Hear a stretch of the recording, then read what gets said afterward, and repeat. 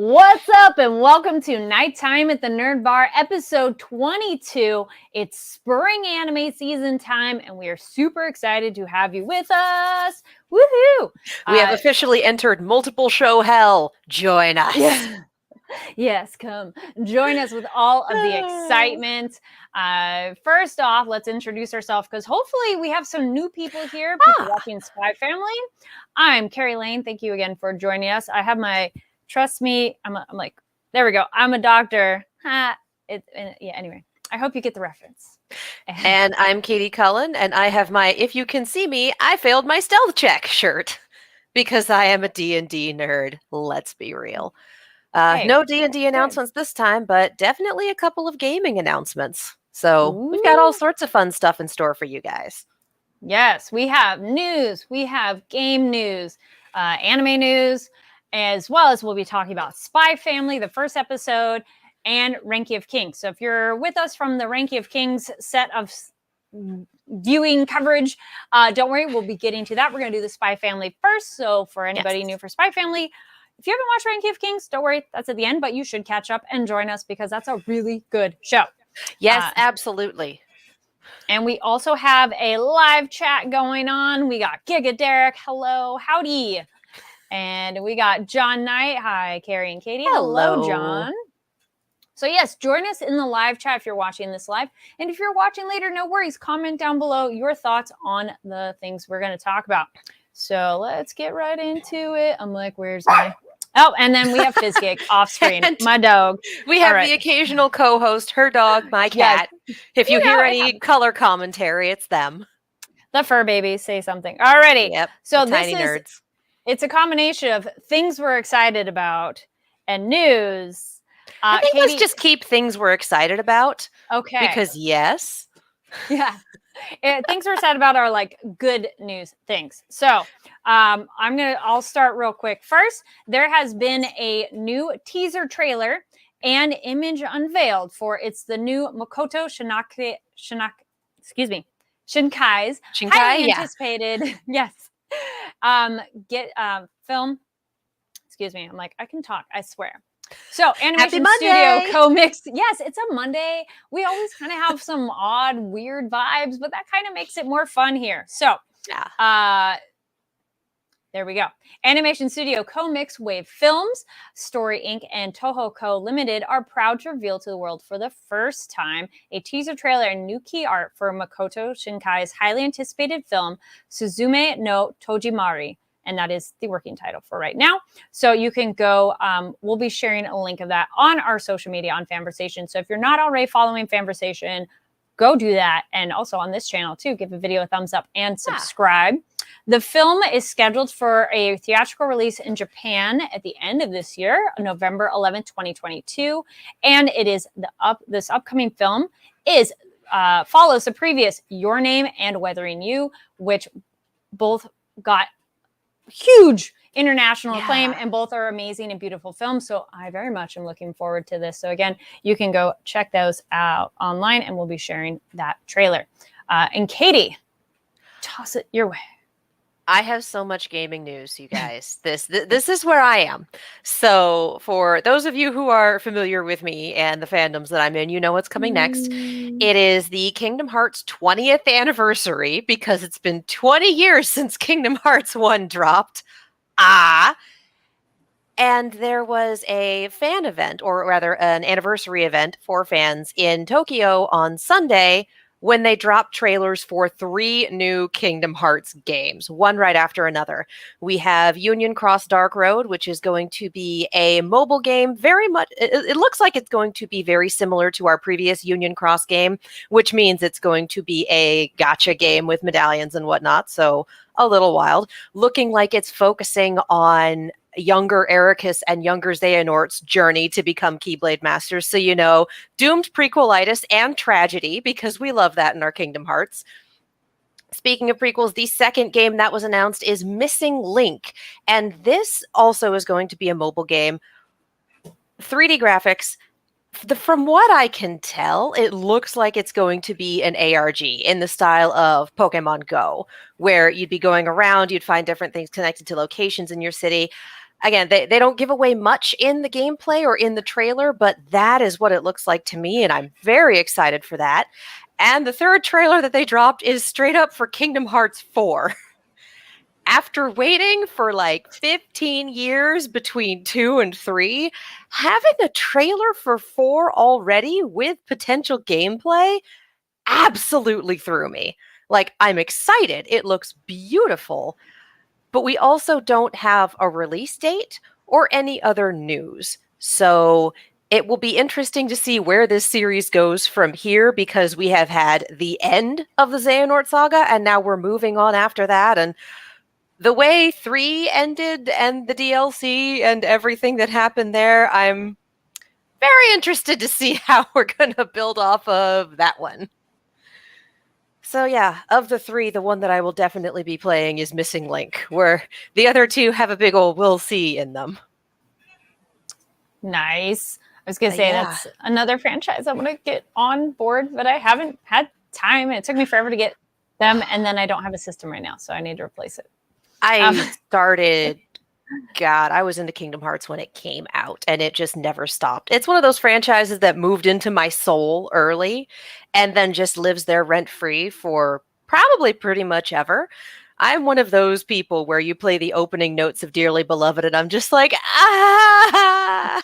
Well, it's also one of those franchises, and I would say franchise of like game, and there's,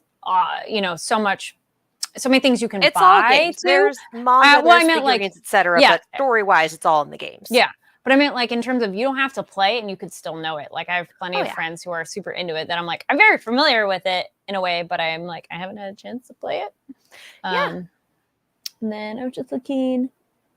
Okay. But yeah. Oh, there we go. Good Derek says, I'm still reeling from the announcement of 4. How? Why? What? Oh, yeah. Again, after waiting a bazillion years for 3, having an announcement for 4 at all is just like, so soon? Really? Admittedly, the development road for 3 was extremely wild for a number of reasons, but we don't have time to get into all of that here. And I would have a little more research and refreshing to do. If anyone remembers the name Versus 13, that's a big part of it. I was going to say, and then pardon my look of, I have lights and things, so if I take a minute to read your comment from the live chat, don't worry, we see you there. Yeah. Was that it for gaming news? Because then another that is news not it thing, for gaming news. You're all of that one. She's like, no, I have more. 2. I have 2.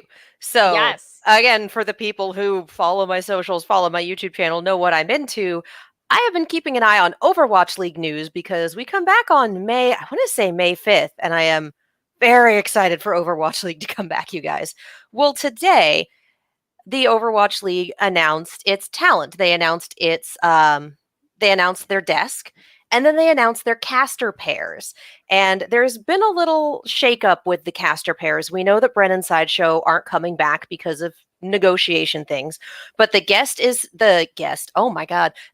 is staying the same. It's still Soe as our lead host because she is a fucking queen and is absolutely amazing, with Custa, Reinforce, and Danny. So, we're going to ping pong the brain cell a little bit, but they are a fantastic desk to watch. They are so much fun. They work together so well. And then our casting pairs, the perennial, the professional, the best in the business, Uber and Mr. X. Jaws and Necro, which should be fun. Achilleos is back working with Avril. And then I lost my dang mind when I saw these 2 come up because they brought them up from contenders. We have Vicky Kitty working with Trid, and we have Leg Day and Lemon Kiwi. And again, for anyone who's been following me for a bit, I watch Contenders, which is kind of the minor league of Overwatch League. And I have been calling for more women in the league in general and on the desk and in shoutcasting. And I believe Vicky was our only female caster last year. This year, 3 of our 5 casting pairs have women in them. And I have been pushing for Leg Day and Lemon to be brought up to the pros. And I am so excited. They are such a good casting pair. And the casting can make it or break it for watching a match. So I'm very excited. I am so pleased. I am so excited. This talent announcement is fantastic. I was gonna say, as someone who knows pretty much nothing about this besides what you. I'm sure that was all gibberish no, to you. but I love these names. I'm like, their usernames are awesome. Yeah, That's so fun. But see, you just get somebody like this who's super excited about it, and they will show you a lot because we've been to a convention or two where you're like, there's a booth, and I'll show you, and there's things, and I'm like, okay, it's this thing, and I love it, and you should see it. And it's like, I'm glad you love the thing. I don't understand the thing, but I'm glad you love it. And I'm like, no, once the season starts, that gaming thing's going to be coming up a lot more often. Well, I was going to say, where'd it go? Semi moment of our tangent corner. This is also our, the more reading rainbow, the more you know, whatever moment you want to call it too, is guess what? If you love a fandom, that is amazing, fantastic, love your fandom. If someone doesn't know your fandom, bring them in and be nice and show them. And if they're not interested, it's okay. Yeah. So, and don't make fun of somebody who really loves something. Let them love it. Unless, as long as you're not hurting anybody, go for it. That's the big one. Yes. I'm going to say gatekeeping is not cool. And making fun of people's passions is not cool. If someone's like, I don't know what this is, or I've only watched one Marvel movie, you can go, okay, what Marvel movie is it? And then you can talk to them about it. Mm-hmm. And if they're open for recommendations, then maybe you can recommend some stuff. And if they've only ever seen Iron Man and they never want to see another Marvel movie in their lives, that's also fine. It's all art. And we're all fans. So let's share the love, not gatekeep. All right. That's the end of our tangent corner. All right. You will all be dragged into Overwatch kicking and screaming if you watch this show. I will be wearing my outlaw shirt on here like, guess what? But you're a good tour guide of it. So, I mean, it's also that thing, too, where when someone is really excited, it kind of just makes you excited based on their enthusiasm. Like if somebody's like, oh, let me tell you about this thing. And it just kind of makes it so it's like, oh, okay. So it's like, I'm glad you like your weird professional sport. I'm like, yeah, no, this is going to be, it's Katie's weird professional sport, but it's also video games. So it's the Venn diagram overlap of that. And then Tengen has updated their name for Spy Family. Forger, Tengen Forger. Yeah, Forger says Tangent Corner is official now. Yes, we had for new folks, we weren't quite sure on what those moments should be. We also hope they are informative, interesting, and educational for you as well, because we'll talk about those random things. And if you have more to add to that discussion, again, comment below or join us in the live chat. Generally speaking, Tangent Corner will also be off topic. Ish. Well, that's why it's a tangent, because you're like, this thing makes me think of this, and then pew, rabbit trail. But we're going that way. Yep. Yes. It'll be a good time. Be a good time. And then you said third gaming, or was there more with Overwatch too? No, we knew that the Overwatch closed beta is opening up at the end of the month, but that has not opened up yet. That's I want to say the 26th. Mm-hmm. It's not for a couple weeks. So we are still hanging out and waiting on that. Oh, yeah, one more thing. If you do want to see pro-level Overwatch, Collegiate had a tournament these past 2 weekends that just wrapped on Sunday. So if you want to go back and watch the VOD of that and see, some professional Overwatch that's still 6v6 before we move to the 5v5 of Overwatch 2, the Collegiate tournament is always a very fun time. And there are definitely some names that you will recognize if you are into League or Contenders there. So that is all over on the Overwatch Contenders YouTube channel. That VOD is available. It's super fun. Nice. All right. And then wait, as you were saying gibberish, I'm like, is that all the things you wanted to cover on games? That is all of my gibberish. That's okay though. I'm like, no, I like learning about it's like learning a new language. It's immersion of like, okay, I recognize some of these words and I'll be picking it up as we go along. I know what an Overwatch is, but why is 5v5 versus 6v6? What are we talking about here? We're dropping a tank player. That's what we're talking about. Yeah. All right. So the other thing that we're excited about leads into our show that we're covering. And then also quick shout out to the chat. There we go. John Knight mentions too. Spy Family will have an English dub on Crunchyroll starting on April 16th. Yes. And John out here beating us to the punch. Well, that leads us to the news of that casting. Grabbing it unless you have it right now. No, you do.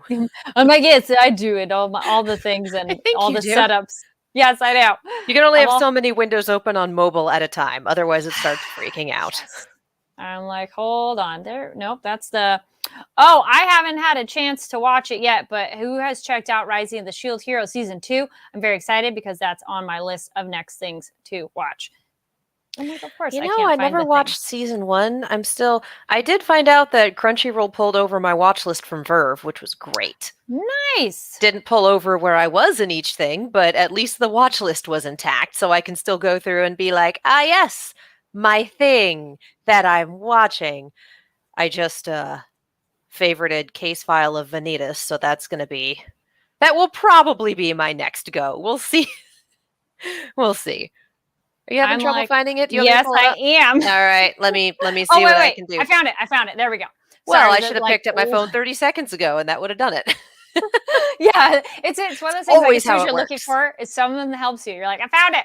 All right, Always how so it works. ADR direction will be by Chris George of Black Clover.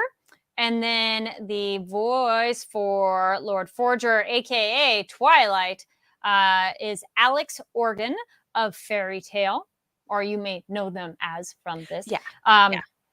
For your Forger will be Natalie Von Sistine of Attack on Titan. And for Anya, which I'm like, we haven't met your yet in the first episode. Yeah, I but think she's going to be cool the mom. Yeah, that would be my guess. And then for Anya is Megan Shipman of Akibi's Sailor Uniform. Yay! So yes, that will be coming out ahead of the April 16th, but also, yeah, so this weekend. But this yes, Saturday. There's more too. So, on Crunchyroll, fans will also be invited to watch a special watch party of the first English dub episode on Crunchyroll's Twitch channel on Friday, April 15th at 1 p.m. Pacific Standard Time. So go check that out at twitch.tv/Crunchyroll. So if you'd like to watch it a day early, go for it. Do that over my lunch break. Yay! Yeah. But yeah, that will be fun, and I think just given the tone of the series so far, one episode in, I think if they can match that tone for the dub, and they're generally very good at that, this should be a good time. This should be exciting. So then, speaking of that, oh yes, I did have another piece of news. It just wasn't gaming. I'm sorry, I messed that up. No, that is okay. So if anyone is familiar with Spirit Halloween stores, they are a very American phenomenon where it's a Halloween costume store that moves into a store that has left and takes over it. So you'll see them in like Borders and Kmart's and things that no longer exist. A kind of the hermit crab of holiday stores. There is a movie now that has been announced based on Spirit Halloween stores that will star Christopher Lloyd.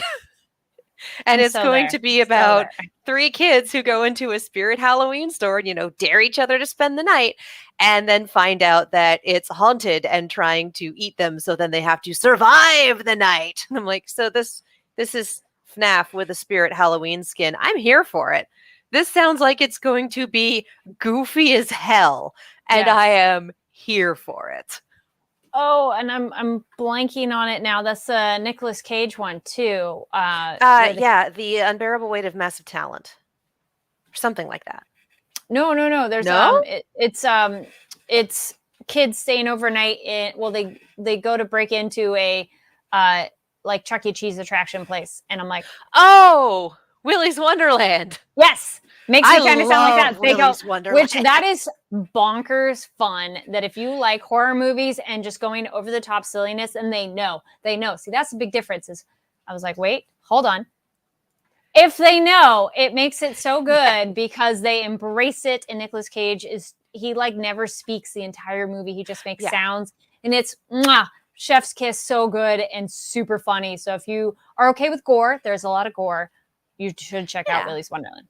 I mean, I have a whole topic about Willy's Wonderland, but I feel we've talked about this before. Go look at a previous I think we have. I also Yes. know one of the guys who was in it, and he's pretty cool. Yay! Not Nicolas Cage. Yeah. But yeah, no, Willy's Wonderland is amazing. It is the parody of the FNAF movie, except the FNAF movie doesn't exist yet. But it is it's a little too good to be a B movie and has a few too many holes to be an A movie. It's in the middle there, but like get some pizza and a beer if you're of legal drinking age and okay to drink, and go nuts. It's a good time. All right.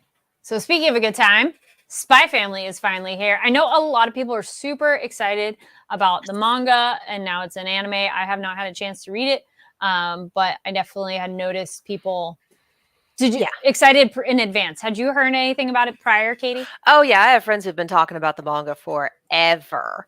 Nice. So it's all just been kind of tangential exposure for me. Mm-hmm. So if I have spoilers for anything, I don't remember them.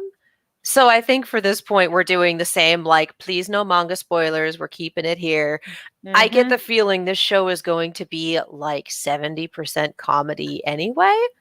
So yeah, it's initial impressions, super fun, action, comedy, kind of zany, quirky, which I'm totally here for.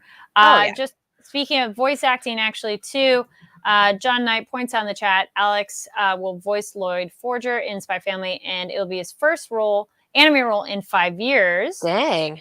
Tengen points out that he is returning from stage acting. Dang. And he used to do dubs back in 2016, 2017, and then did stage acting more, which I think that will be a great transition into this because this character is hella theatrical. Yes. It's very dramatic. That's not the first dub actor I've heard of who basically stopped dubbing and went to Broadway. Like, that's a thing, evidently. I believe it. So, yeah. But that's exciting. What are your first thoughts on this first episode? I love this show. Just full on. Found family as a trope is my jam. Mm-hmm. And this is by design, found family. True that. And just, we have kind of this wild premise of dad is a spy and mom, which we haven't met yet, is an assassin. And their adopted little girl is a psychic. What I really love in terms of execution is we get to see into Twilight's mind, and we get to see, oh, this is why I became a spy and why he's bonding with this kid and why this means so much to him, even though he doesn't want it to mean anything to him. And we also get to see things from Anya's point of view. We get her flashbacks. We understand why she's doing what she does. But I think the thing that I think would be the most difficult to handle, and that I think the show handled really well, is the balance between this a slice of life found family comedy and the fact that spy work is actually very dangerous, because we get that disjoint of here's this 6-year-old who can read the minds of everyone around her, but has also seen this spy TV show. So, oh, daddy's a liar. Oh, daddy's a spy. Oh, it must be just like this. I want a gun with a silencer. I want a bomb. It's just these things that she's seen on this extremely stylized show. And then putting herself in this situation because she's 6 and doesn't understand the consequences of her actions. And then seeing, oh, that's a gun with a silencer. Oh, that's a bomb. And just having that moment of reality setting in that this is not the TV show that she watched. And we get that really, I don't want to call it really dark, but we get that serious tonal shift of, oh no, things have gotten real very quickly, and we take care of it and we go back to the family stuff. But I appreciate that we did that, and that we see a 6-year-old who she's psychic, but she's still acting like a 6-year-old. She still doesn't quite get it. And oftentimes when you have younger superpowered characters, or when you have younger characters in a shonen anime, which I'm not sure if this is categorized as shonen. I don't know what the manga was initially published in, but I think I honestly don't know. But when you have younger superpowered characters, oftentimes they are set to act a little older than they normally would. You look at the 11-year-olds in Naruto and you're like, yeah, are they really 11? That sort of thing. Yeah, that's why all like anime, like even classic Sailor Moon, I'm like, they're all in high school, almost college, right? And it's like, they're all 14, they're middle school right? kids. And I'm like, no, they're in high school. Like they seem like high schoolers to me when I watched it. So it is one of those. Yeah, they definitely portray also younger as older. But it's also like you see Disney Channel shows and like shows where these are high school kids and they're all played by like 25-year-olds. Yeah. So, and there's reasons that happens. Yeah. There's a whole other conversation. But I really appreciate that we have a show where, despite having superpowers, the kid acts like a kid. And we get Yes. that here are the consequences, here's what happens, and her understanding that, okay.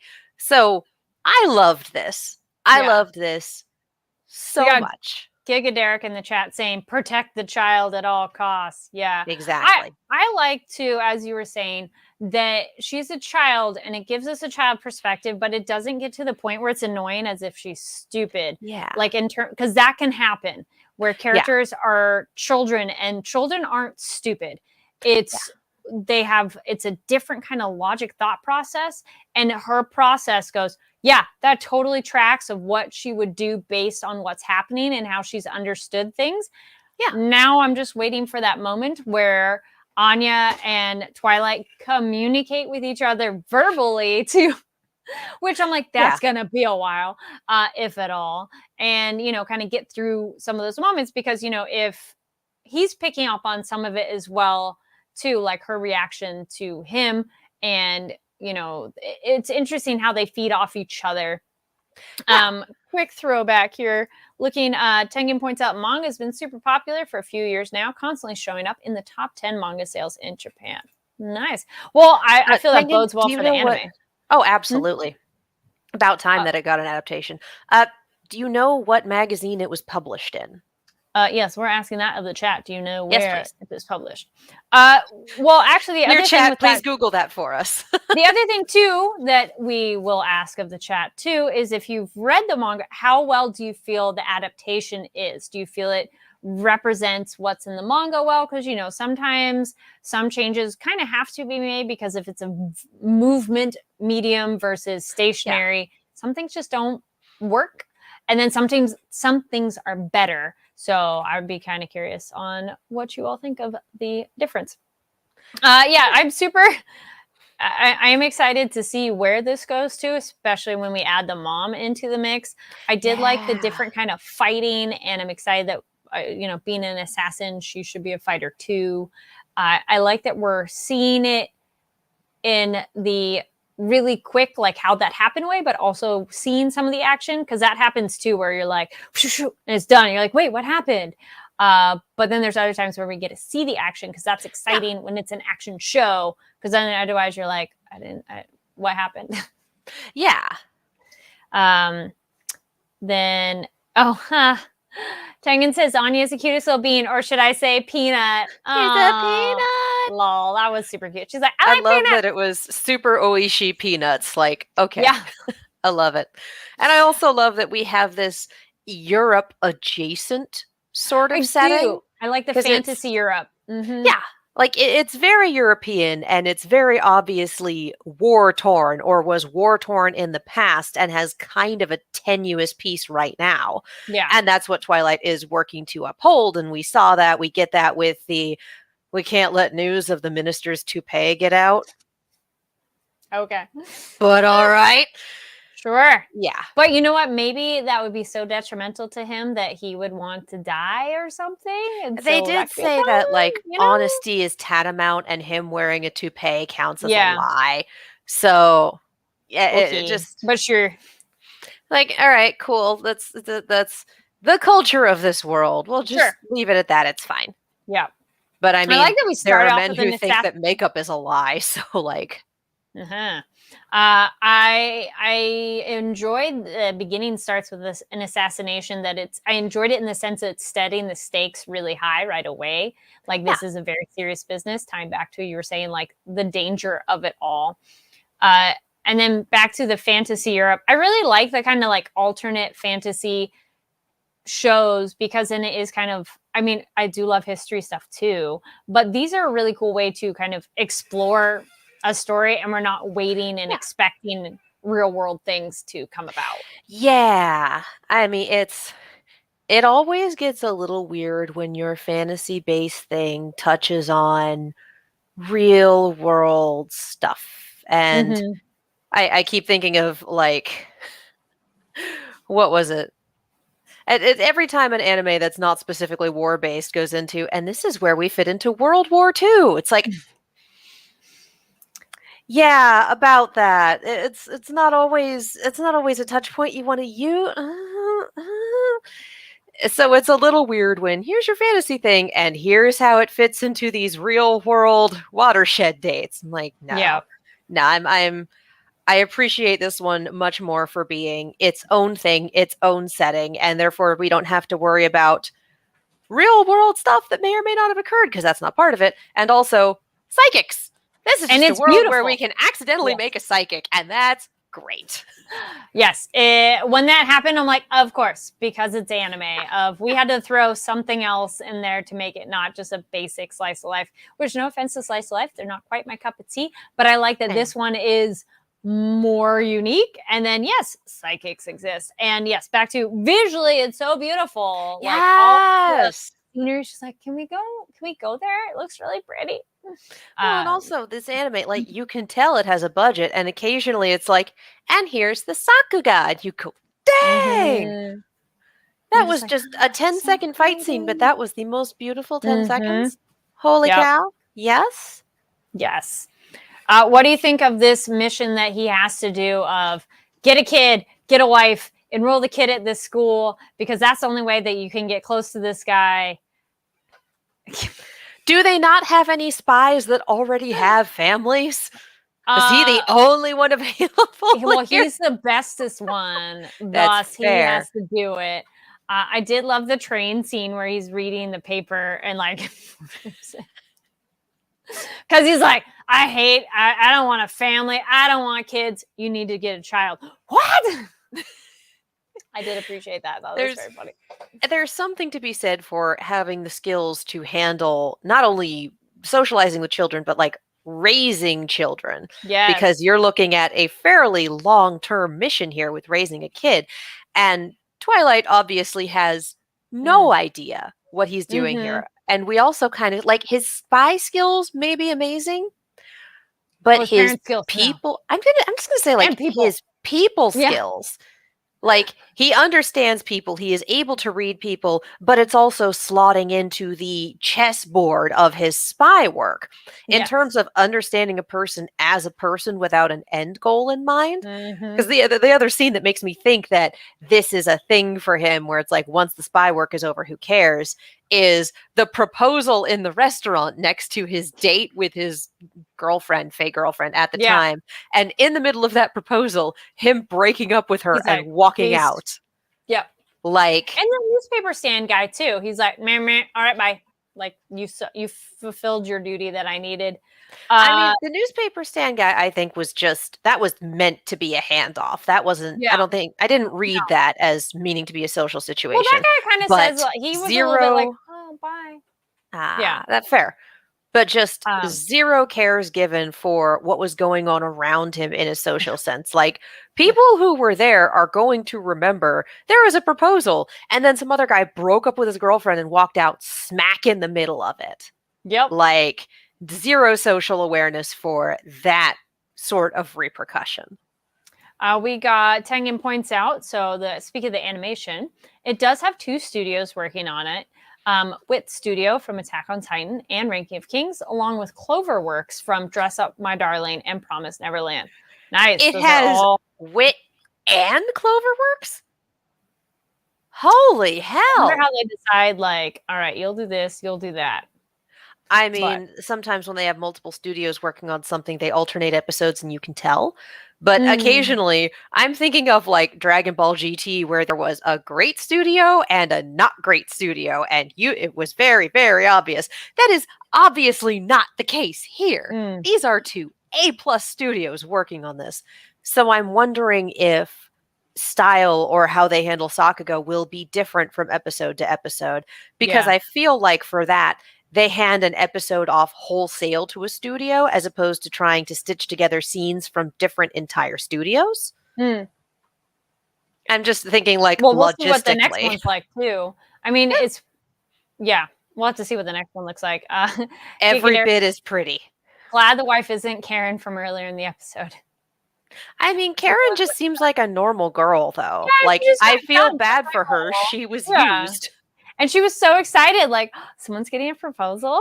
Yeah. Am I gonna get one too? And he's like, no. It's like, hey, do you think maybe that could be us at some point? Yeah, I'm I was like, breaking up oh, with you. poor Your girl. conversation is vapid and I'm leaving. It's like, she didn't deserve that. Yeah, it was a little rough. Yeah, she was straight up being used because he was trying to get to Get to the dad. information before her dad Okay, did. wait. Like, What about all the Mission Impossible masks that he's able to somehow create, which we haven't seen I him love make it. them? And then it's like, yeah, there's no way the body, it's like, it doesn't matter his body, height, shape, anything. And Matt, you will think it's that person. I'm like, yes, I'm here for it. I Like, love it. sure, totally works. I love it so much. It's very good.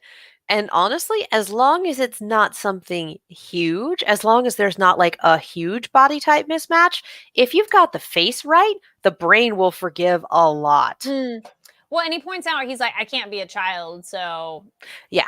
clearly there's that one too, where it's like, yeah. All right, I And have then to get an actual kid.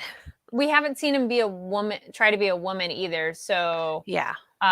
probably is more someone he's adjacently close to Yeah. fake it. Yeah. But I'll be curious what other ones. It was so fun of seeing that. Of felt very Mission Impossible, like surprise. Oh, yeah, and just watching Twilight go is a lot of fun. And I Mhm. appreciate the use of the internal monologue. And I know we use it a lot Mhm. because of Anya's powers. Mm. But I also appreciate it as a sort of, all right, this is how he's working. This is what's in his head. Because I doubt that we would get it out loud otherwise. And Yeah. so, Oh yeah, his moment of when I was a child and cried, yeah, and I was just like, oh yeah, it makes me think he grew up during whatever war happened, and whatever war is being kept at bay with this very tenuous peace. So, like, I'm here for it. But even just his little day to day, okay, I don't know how to work with a kid. This is how you get someone to trust you. I need to start trying to figure this out. And then Anya answering his questions before he even asks them. Which I'm surprised he hasn't picked up on that yet. I think a kid being psychic is far enough out of his realm of experience that it wouldn't be a go-to. But at least he might be like, how did you know I was thinking that? But he is, for one, how does he know what That's kids true. are like? And no people skills. Like normal conversation people skills. So no normal conversation people skills, no idea besides what work. kids are Yes. like. No.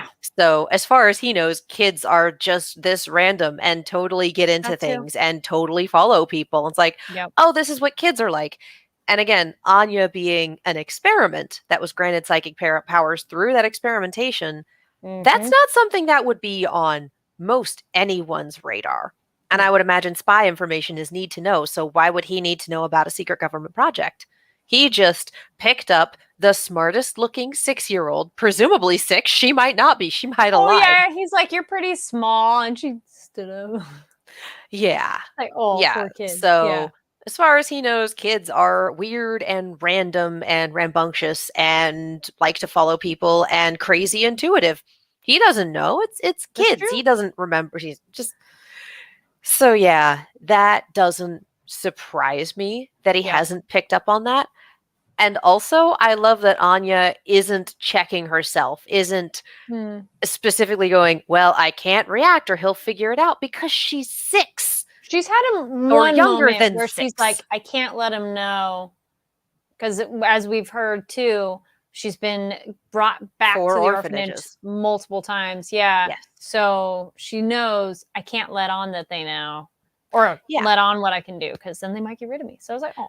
But also, like, that doesn't stop her from hearing what he's thinking and immediately responding. Like, she has some idea, but she's still, again, 6 or probably younger, let's be real, lying to get adopted, to be like, oh, I can hear what you want. I'm going to make myself what you want. So, look, I'm tall. I'm a 6-year-old. Get me out of here. Right. So, I just, again, we go back to Anya is a small child, and they very much write her as a small child who may not have a fully fleshed understanding of the consequences of her actions. So again, I love this. Yes. It's so hard to do kid characters and to do them well. And I think this was done incredibly well. We're one episode in, and I'm already here like, I'm here for her, I'm here for him, I'm here for the weirdo at the newsstand, I am preemptively here for mom, and she's not even here yet. I'm just here. Oh yeah, I think that first episode is enough to make me come back you. for sure. And I think anybody watching too, because it's enough of like, give you a good sample flavor of it, of like, all right, this is the vibe we're going for, and keep going. And yeah, I'm excited to see what comes next week. But now we gotta wait week to week. We got some comedy, Yes. we got some stakes, we got some great characters. Yeah. Let's go. Anything else on this before we move into the other show where we can watch a few episodes at a time? Not really. I think All we right, got just about everything. Like, I love this show. I'm very Yeah. excited for it. It's going to be very difficult not to read the manga. Well, yeah, it'd be hard to like go through, but Yeah, it's just like, nope, like, give me more. yes. And if we, whatever we talked about on the show, let us know your thoughts on Spy Family down below. And if we didn't get to anything that stood out to you in the episode, let us know. Let's keep the discussion going. Yeah, and also, please, no manga spoilers. Be kind.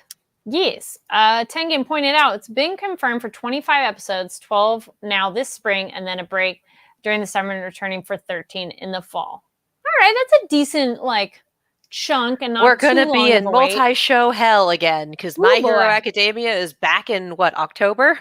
Yes, it's more like the fall season. So we're gonna have a spy comedy on one side, and Yeah. here's the war arc for My Hero over here. Like, oh boy. It's all right. It's anime fans' dream of plenty of shows, not enough time.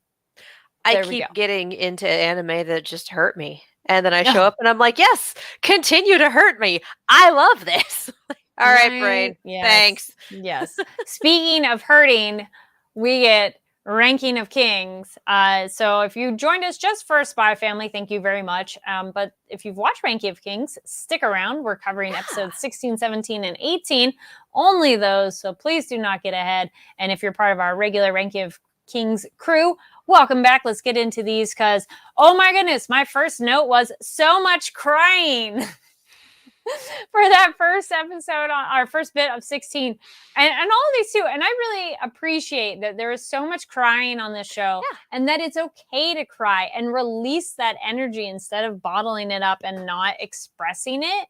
And that people ugly cry. Oh my! Oh yeah, the snot and the everything. It's like, all right, everyone is a mess. Let's go. I am so here for it. Oh my god! It makes me want to cry though too. Like you can, it's just some 2D animation, and seeing these beans because Kage too. Yeah. Yep. The wobbly eye. I'm just like, I want to cry with you too. Are you okay? She's like, no, I'm just gonna lie here. Oh, and this a bit. Tengen says most brutal set of our Rank of King episodes yet. True that. You are correct. I damn near actually cried at the beginning of episode, what were we, 16, 17, 18? So 17, our second episode. And that has stuck with me 24 hours after watching it. That stuck with me, that opening and the tragedy that is Oken. Oh my god. Can we take a minute to talk about Sins of the Father, the anime? Because that's what this is. It's all Sins of the Father. And also, giants are evidently not great dads.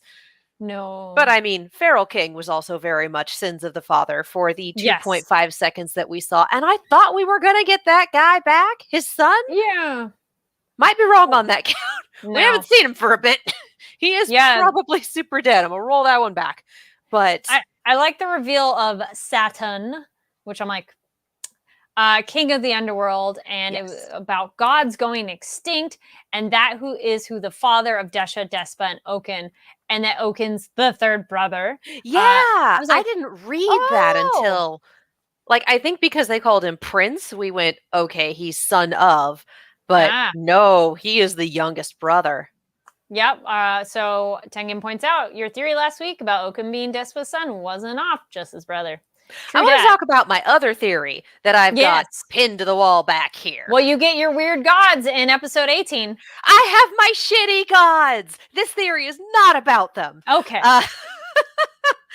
We are still on the Oaken train here. Okay. Yes. Because again, this is a tragedy that settled into my brain meats and went, "Aren't you sad?" And I went, "Yes, I'm very sad." And it's like, that means you have to overanalyze it. And I'm like, "Yes, brain, I know how this works."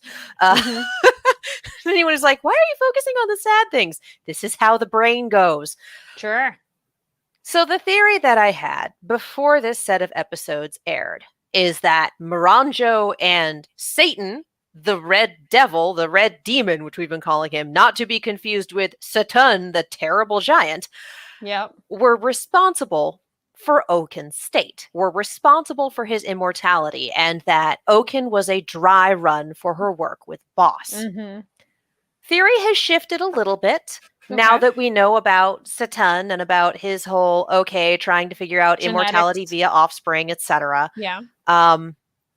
And we know that he was trying for immortality to the extent where it was costing his subjects their lives, that he was a cruel, awful king. And that Mhm. is what caused the uprising and his 3 sons to do some war crimes to overthrow their awful, awful dad.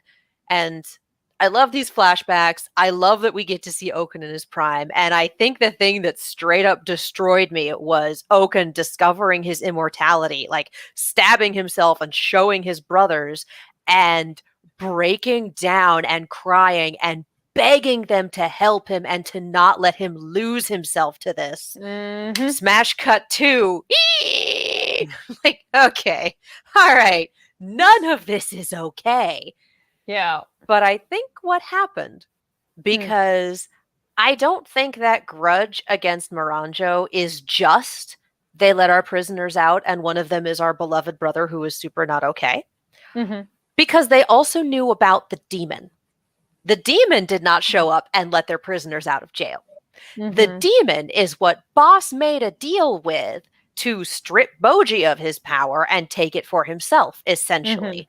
So my guess now, the theory has been slightly edited, but my theory now is that, yes, he was a dry run. Yes, he found Miranjo or Miranjo found him, and that it was a deal with the demon that put that immortality in Oaken, that caused that this was in the same way that Boss's deal screwed over Boji, Satan's deal screwed over Oaken.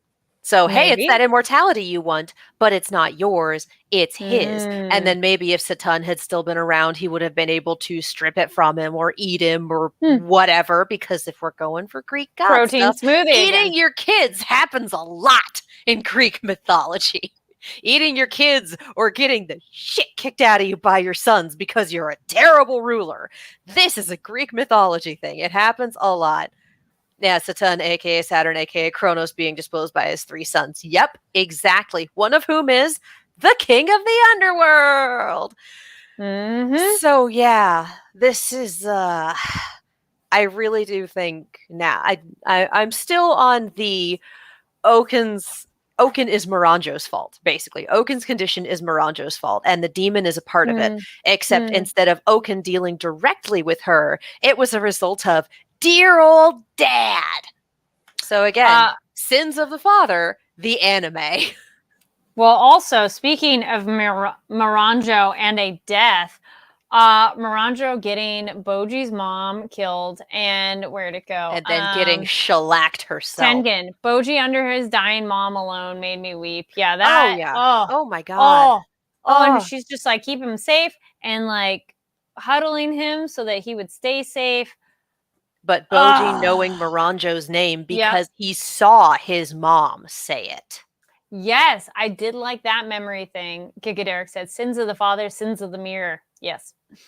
I like that. That was a moment where Boji's like, wait, I have heard this name before. Yeah. And we get that thing. But also seeing Moranjo get just I was like, ha! shellacked in that scene. It's just this moment of, oh no, oh no, oh no, suck it. Yep. You know, just you're like, darn. It's gonna be really weird. I feel like at that point we need to segue into talking about Moranjo. Yes, talk about her more. Just generally speaking, because we're on the topic. Yeah, sure. So, and in terms of traumatic mother deaths. Yes, but also with that too, and then Oaken, the fact that she's able to call him, and then she mentions how with not a lot of brain stuff going on, it's very easy to control someone.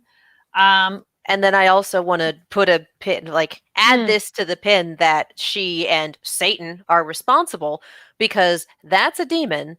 Hilling has presumably life magic or holy magic, because we've seen her go work with that.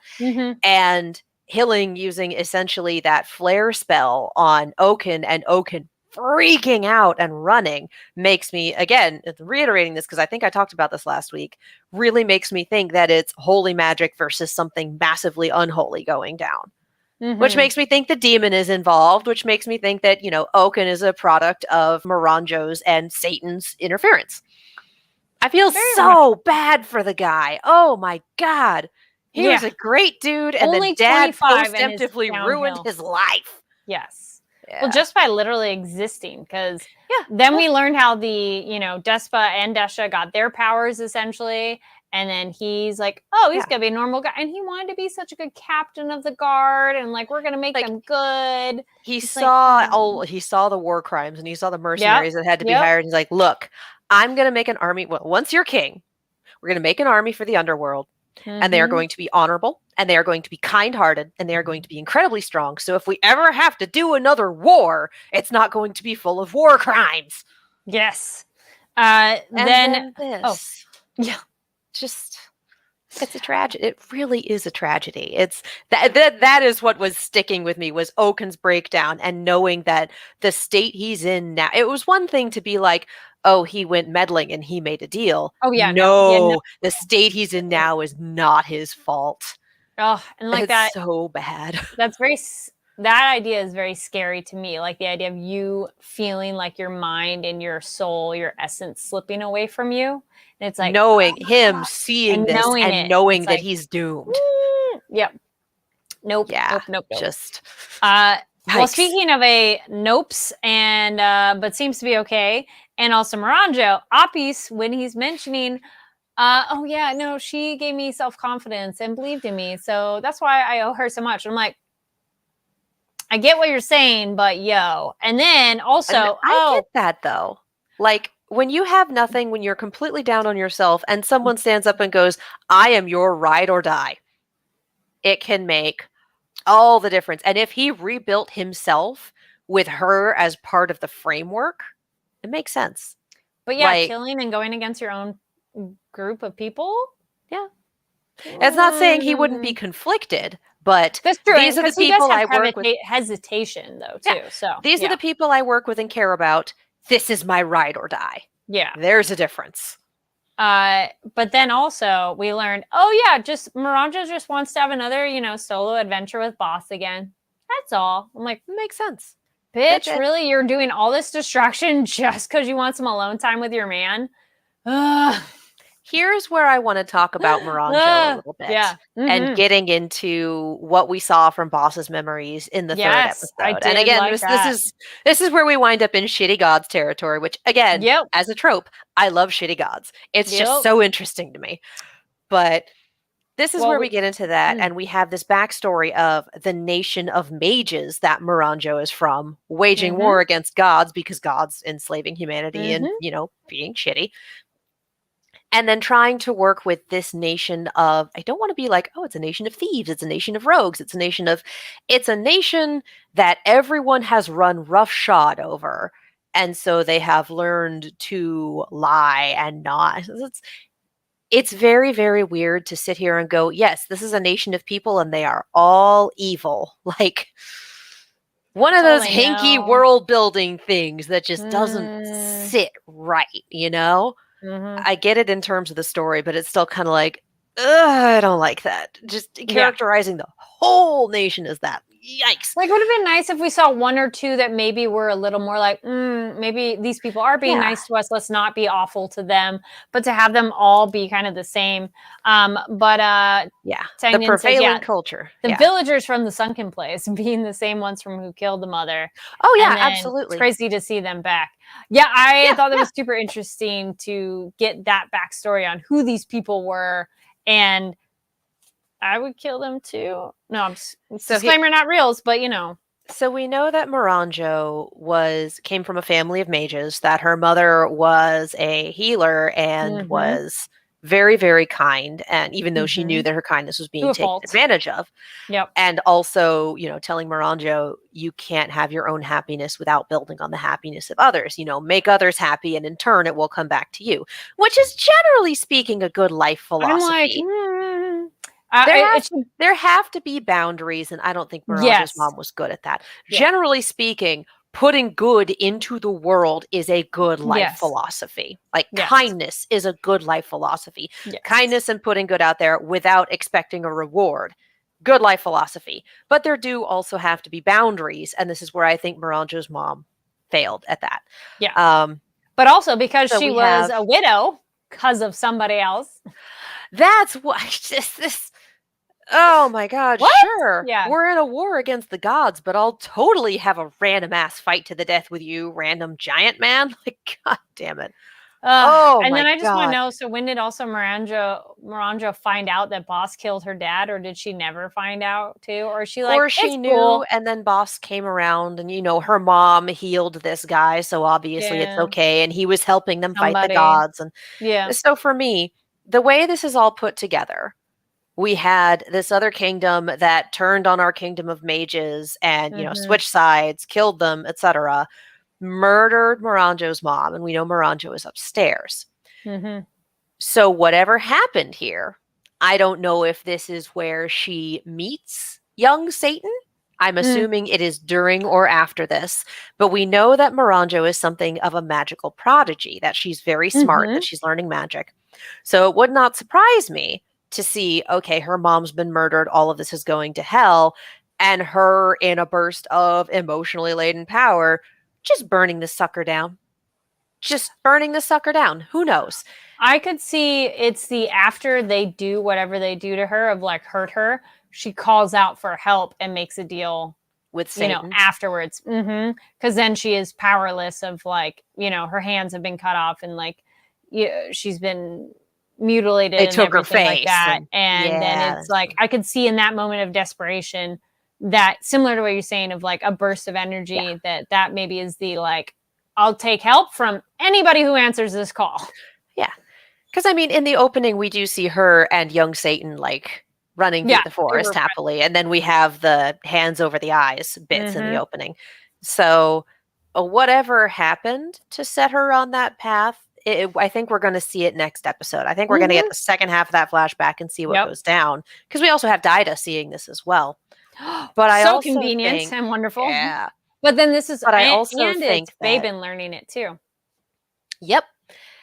But I also think that all of this happening and Moranjo being told, oh, build on kindness, and then seeing that kindness met with hatred and met with murder, I can see that being her going, you know what? Forget that. We gave them kindness and they answered it with betrayal and cruelty. We're not looking out for any of them.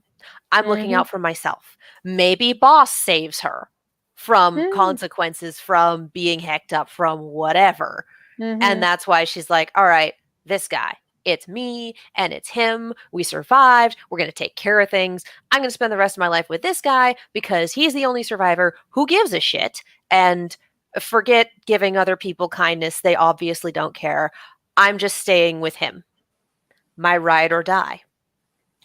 Also, so it's another one. Sins of the Father, ride or die. How many other themes we got? That kindness is still there because Kage's talking to her, and then she suggests he should really just run away. This is dangerous. And she has why did I offer in help? And it's like, oh, maybe it's still in there, which I think it is, because we have Dida hanging out with her younger self, that I think if that gets nourished and helped, some of that kindness might come back. Yeah, I think that past version of her in the sunken place with Daida Mhm. does directly affect who she is and how she acts Yes. in the mirror because Yep. magic. But we Yeah. saw that in an earlier episode where he promised Mhm. to stand up for her and fight for her. And in present day, in the mirror, she's like, I feel like a weight has been lifted. Like, Mhm. okay, so this is going to make a difference. We've got Yep. all sorts of stuff going on all at the same time. Yeah. Yeah. Yeah, these were the brutal, and then I was gonna say the other Oh, brutal God, thing yeah. too, Boji's plot line in these episodes. One, the stairway forgiveness request was also the Boji's like, no. And Kage, I like being the voice of reason where Kage's like, "Ah, I guess so. And then going, wait, this is probably gonna be really hard for Boji, and I understand that, but I don't want you to turn to hate. And so it's Yeah. like, go Kage for the win, for helping And out. Kage just like, hey, I'll race you to the top, kind of getting him like That was back on so track and not cool. thinking Yeah. about that. Yep. Because that kind of getting over the betrayal of this guy who taught you and who you cared about and trusted, yeeting you to your doom. It's the kind of thing you talk about in therapy. Like, it's not something that he's going to be able to get over right No. there the No. first time seeing Domas after Mhm. everything happened. Like, that's not, you can't expect him to get No. over that right away. And it's I like I think it was Kage told them essentially okay, well, just help him out, and you have to Yeah. essentially earn your way back, which makes sense to me. I'm like, all right, sure. I feel bad Um, for Hokuro being tarred with the same brush. That is fair, because but even Domas is like, I'm sorry about that, and he's like, it's cool. Oh, and how excited Hokuro was when Kage's like, I'm his friend. He's like, he has a friend. Actually, and like, oh, he has a friend. He has a friend. He has a ride or die. Uh, Like, yep. which, speaking Yep. of friends, also a quick thing on Gigon, and yeah, Gigon's flashbacks were really sad as well. Yeah, the war crimes. Yep. And I do appreciate that we got the scene like after, because that was a nightmare. That was really bad. It's like, oh, we brought all these people in. We put them in a pit. We set them on fire. And that And Desha then killed a killing child. the kid. Mm-hmm. And it's just like, I'm sitting here going, I understand why. I understand why this was the strategy. I understand why he killed the kid at the end. Like, I get all of this. That doesn't mean it was okay. Yeah. None of this is okay. This is war crimes all the way down. I And appreciate that he had the like kind of face Yeah. afterwards, and I don't think he really wanted to either. Oh, But then no. also we get Despa going, yo, I don't like your actions, and this is not cool. And at a previous time too. Yeah. Well, but Despa even just like watching this happen, because we have the mercenaries that make up Dessa's army dancing on the corpses of the people they just killed. Yeah. And that is also Despa going, you know what? I can't do it. I don't like this. This is bad. I'm out. Yep. And I appreciate that, like, we see how Despa works, and also getting he understands the analytics of combat, but his body won't respond. Like, he Yes. knows what to do, but there's just that disconnect between the knowledge and the ability. And which is why he's so good at training Boji and not necessarily good at winning a bar fight. Yeah. And that contrast with Oken being, okay, I see what was done. I understand why it was done. I hate it. So in the future, I'm going to make it so we don't have to ever do it again. So two very different, equally valid reactions to the same event. And then poor Dessa having to make these choices and knowing, like, if I do this, it's horrible. But if I do this other thing, it will be worse in terms of the long term, winning this, overthrowing our horror show of a father, getting the netherworld back on track. Yep. Bit. Like, there is no good decision there. There is no good way to do this. There is no clean war. This was particularly bad, but it was also necessary to overcome this massive enemy that they were facing. Yeah. So, like, again, it's one of those, I understand why these choices were made. Fucking yikes. But I understand. Well, understanding and not understanding fully, we get Boji and Oaken's fight, and not understanding in the terms of poor Boji's not being given the correct information about what's going on quickly enough, and then poor naive Kage talking to Miranjo like, "Hey, what's up? What's your name?" And like, "Oh my goodness, talk, How and are then goes, you? "Oh, you're Miranjo. Oh, whoops." Which was funny and like sad and like scary at the same time. Tengen points out Boji unleashing his flurry attack right at Oaken's heart and brain. Boji pushes the brink, breaks my heart. Yeah, the poor Boji, like him fighting and tying his sword to his hand and just trying so hard and like not wanting to give up to help everybody else, which is that nice moment where Miranda goes, "Hey, this is kind of like my mom." And then that also ties into Hilling's talking about that Boji essentially represents hope. And I was like, oh, okay. I'm liking all that coming together. And it's like, please, Boji, can you rest? We don't want you. I mean, you're probably not going to die. We have a few more episodes to go. But I don't like seeing you in so much distress. Well, and Hilling using the last of her magic to get Appius back on his feet after being poisoned and basically going, you know what? You're going to need to make this happen. You're going to need to take care of stuff. I will go with my other guards back to which whatever. They're back. Yay. We were happy they're back. And also Miranjo using a mouse to lead them to Appius. Because those little red glowing eyes, that's a Miranjo special. Yep. So a little worried about the fact that Miranjo knew they would be in that guardhouse. I was a little bit concerned too of like, ooh, is it this not going to be a good thing? But then it's like, oh. But then she used it to be like, okay. It's like, I know you're the healer. I'm going to take you to my guy because he got hecked up. Can you please take care of him?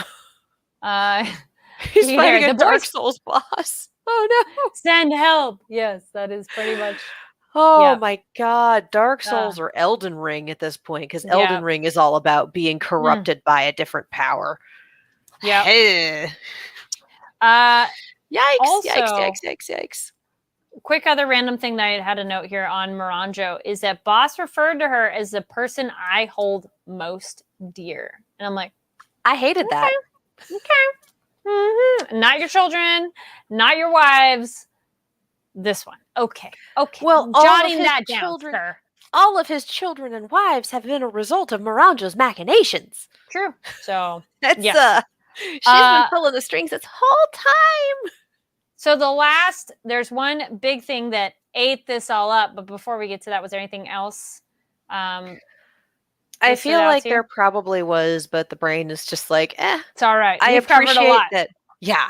I like that the camera has decided not to follow Hilling, which is good, because usually if you're in a horror movie and the camera doesn't follow you, you tend to survive. It's the Scream 2 cameraman thing going, I can see what's happening here, and I'm leaving. Just as long as the camera doesn't go back to Hilling, I will worry less about her, because it turns out she kind of is my favorite. And I'd say the only thing that was a big deal that I was excited for seeing where it goes next is how Desha trusts Despa, goes back to the underworld, and brings Gigan with him of like, you're going to be part of my group. And all right, I don't totally get what's going on, but I like this plan for later that we're going to put Boji against Boss per Despa's instructions. And I'm very curious to see where that goes. And that because of Oaken's previous, like, and that guy is going to be part of the army. Like, okay, Gigan, you're part of this. I don't expect you to forgive me. I'm not asking you to, and I don't expect you to, but you don't get a choice here. Because this is something that my brother wanted. And, one of those things he wanted to do before he had his mind stripped. So, Boji just needs to hold out until the others arrive. That's definitely what it felt like. One of those things. But we don't need to wait, because one of our other theories we were wondering about is semi-addressed at this moment. When Kage ate Oaken, I was like, yes, I was kind of wondering about that so much. Because we were saying, we're like, wait, can Kage eat people in organic matter? Can he hammer space a human? Yep. And what happens to an organic being, thing, anything, once it's inside? Like, is Kage going to get some indigestion? Can he keep Oaken as a prisoner in there? We What? got a It made me little so of this. excited, though. We got a little of this, I want to say earlier. I think it was earlier in that episode. I don't think it was the previous episode when we finally got Domas and Hokuro finishing their boss quest, basically, when they went and they destroyed the portal to the Yes. underworld, and they talked about, oh, it's the Shadow Clan, even in death they're still being used. Mhm. And my roommate was the one who picked up on, Yeah. oh, that's a corpse. And I was like, are you sure it's not Mhm. just a design or something that is like, Mhm. nope, heavy implications that is the corpse of a Shadow Clan member being used as a portal to the Netherworld. So the fact that when we see Kage stretch up, it looks like that. Yes, it does. He might be able to just spit Oaken back out into the underworld. Yeah, And then we is need a this- medic for Despa because this is bad. Yes. Oh, yes. That It's too. Oaken's special ability, stabbing people and watching them die. I want to know for Kage too, is this a power that he knew he had, or is this like an X-Men moment of trauma where he's like, I have to help Boji, let me do this. I don't know how this is going to work, but I'm just going to eat this dude. Or did he know this is in my wheelhouse of options as a species? Because, I don't think he knew either, because it's not like his mom was able to like give him life lessons for the rest of his life. So I think he was too young to start training as an assassin. Because I think if we'd seen him train as an assassin, like things would have been very different from him growing up once the rest of his clan was killed. Yep. But I think he was too young to get that training. I think he did not know that he was capable of that. Yeah. And so there is that little wink, wink, nod to the audience of, oh, hey, we're still using Shadow Clan members. It's like the portal to the Netherworld is people? Like, Soylent Kage. Yes. Yep.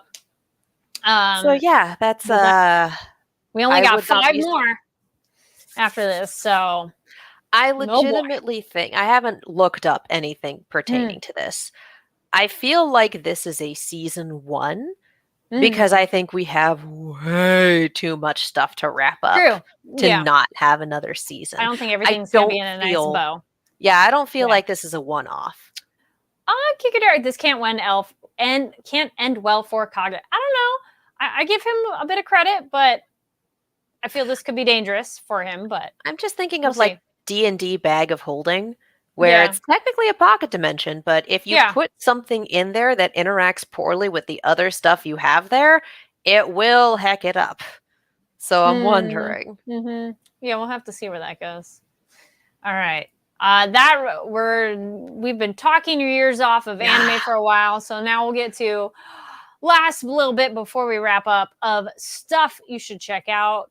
Obviously, continue checking out Spy Family and Ranking of Kings if you haven't been watching those, or need to get caught up. And if the other general recommendations of things we've been watching, what was it? I watched. I'm like, wait, I had it, and then I forgot it.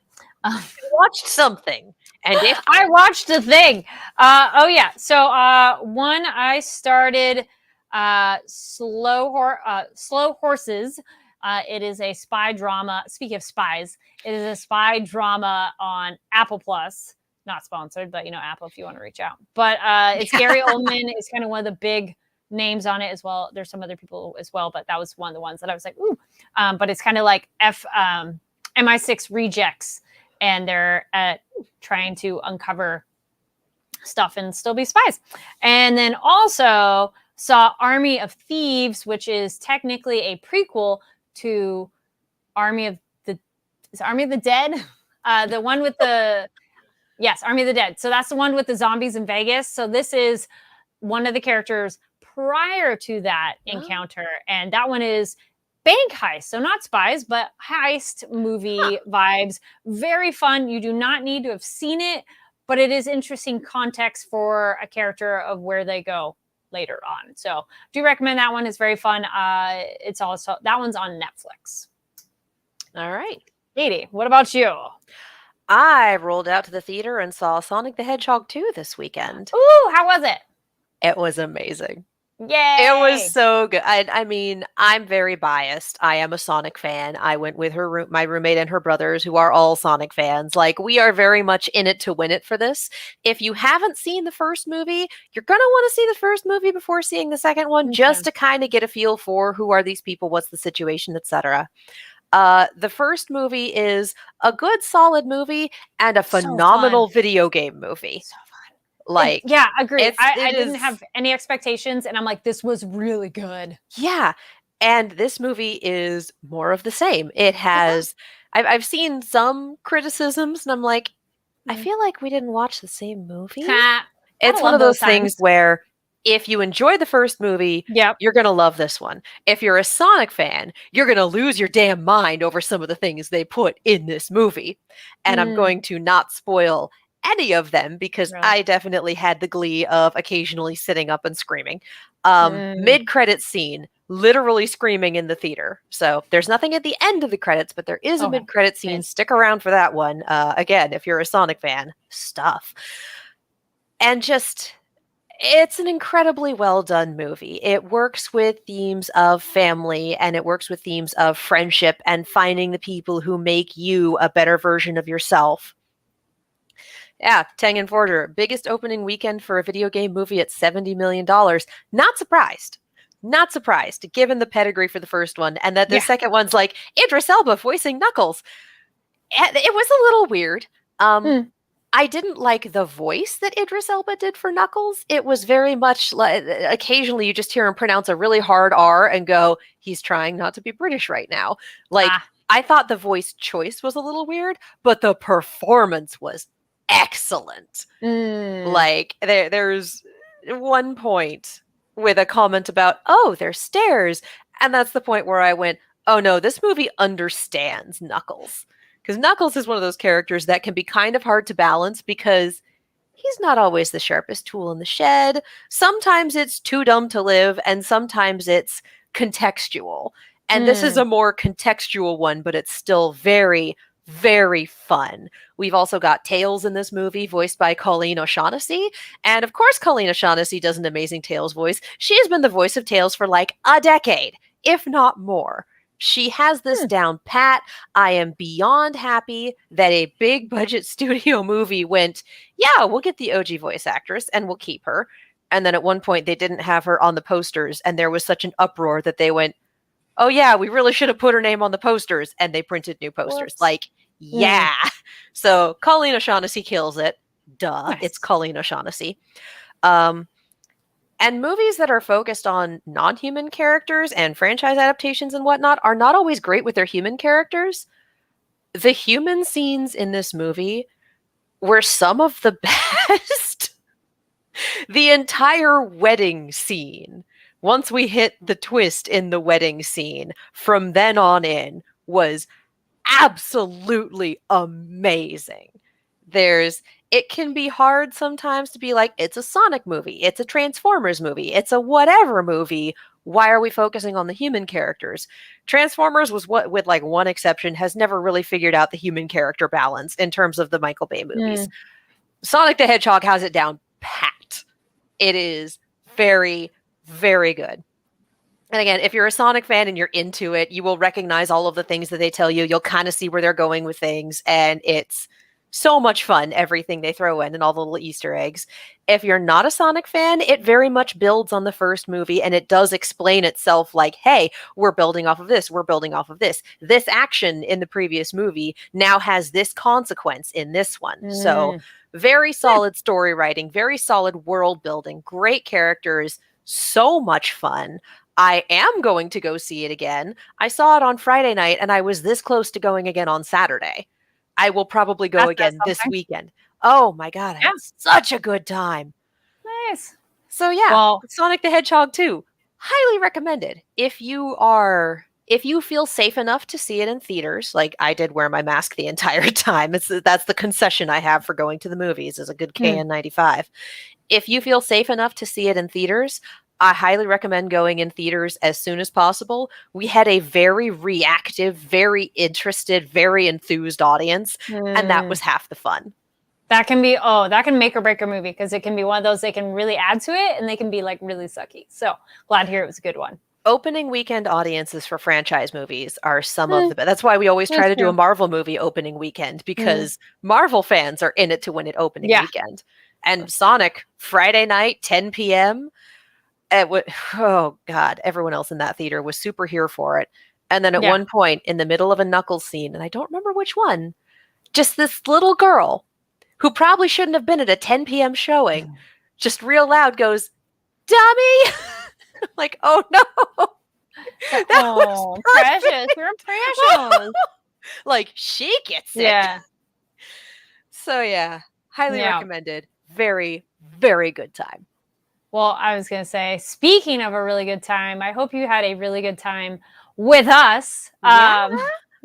It's been really exciting to cover now 2 shows. So come back next week. But only we'll for the next 2 weeks. Yeah.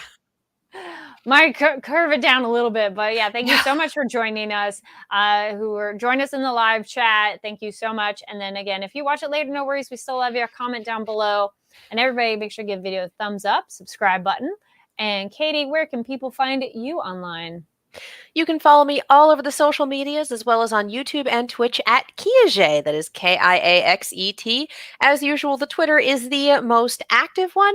However, we're starting to roll back into the YouTube channel. If you would like to see a reaction video for the Kingdom Hearts trailer, that's on that channel. Just uploaded it this morning. And also, at some point, my roommate and I are going to sit down and do a full deep dive on the Sonic 2 movie, partially spoiler-free, and then just going deep into spoilers. So if you want to sit down for that, I'm guessing it's probably going to be about 50 to 75 minutes, depending. We haven't recorded it yet, but that is planned. So stay tuned for that. Nice. And you all can find me online at Carrie D Lane. That's KARIDLANE across all the social media platforms. And you can find more of our content of anime coverage and other movie coverage here on the Fanversation channel, also on Twitter. So go check those out.